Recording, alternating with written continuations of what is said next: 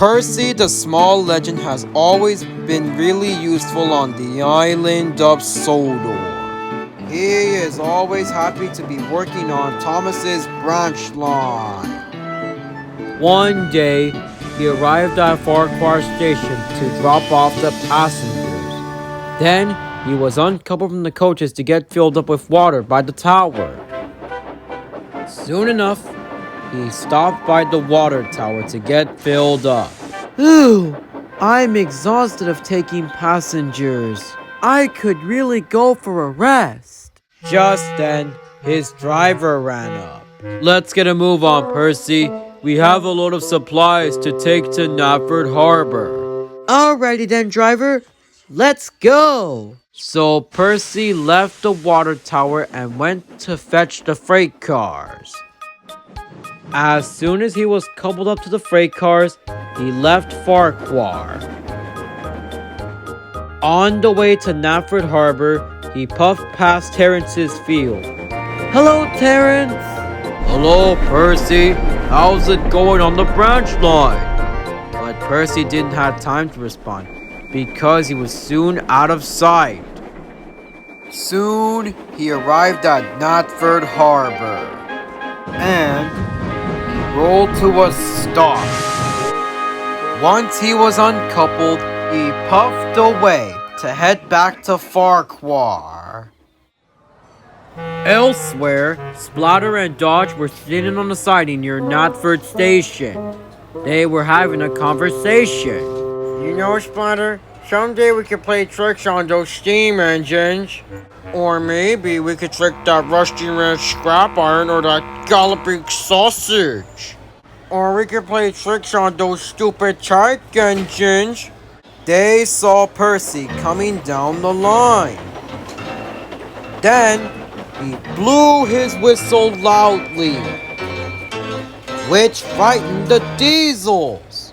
Ha ha ha ha ha. Come on, you two. Stop basking in the sun when there's work to be done. Percy puffed away, still laughing, which made Splatter and Dodge very cross. I can't believe that green caterpillar blew his stupid whistle at us. We should get back at him. Count me in, Dodge. So the two diesels revved their engines and rolled away. They decided to make a plan to get back at Percy. At Brendam Docks, Dodge was shunting the coal cars for Percy to take away. So, Splatter, what shall we do? How about we tell the troublesome trucks to push Percy down the hill so he won't stop? Smart idea, Splatter. So the two diesels told the troublesome truck their plan, and they listened and followed with their plan.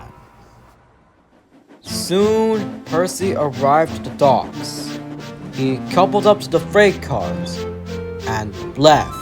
The two diesels snickered at each other until he was out of sight. Out on the line, Percy was on his way, taking the coal cars. He was approaching Gordon's Hill. He struggled and strained when he was approaching the slope. At last, he reached the top. Hooray! I did it!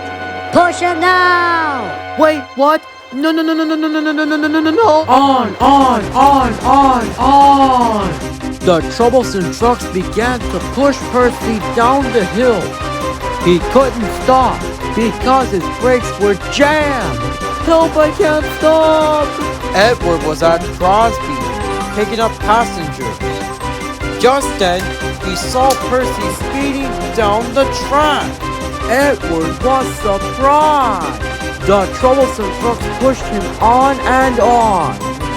Oh! Stop pushing! Stop pushing! On! Faster! Percy slid down the slope, and he crashed into the field. The freight cars were derailed after him. Luckily, nobody was hurt. Soon, Whiff arrived with the breakdown train and Sir Topham Hatt. This was a catastrophe. And what happened here? The troublesome trucks were pushing me down the hill, and I couldn't stop. I think I found the problem, sir. He's out of brake fluid. We shouldn't have checked. Well then, I'm afraid you'll have to go to the works for repairs, Percy, until I get to the bottom of this. And Thomas will look after the mail run while you're away. Yes, sir. That afternoon, Thomas arrived at the yards at Titmouth. Look who's here! Splatter and Dodge had been found out by Sir Topham Hatt. They were in trouble. I'm sending you two back to the mainland, and you'll never return for a very long time. The two Diesels felt ashamed. Serves you two right. I hope you don't come back soon. I hope not. Don't you?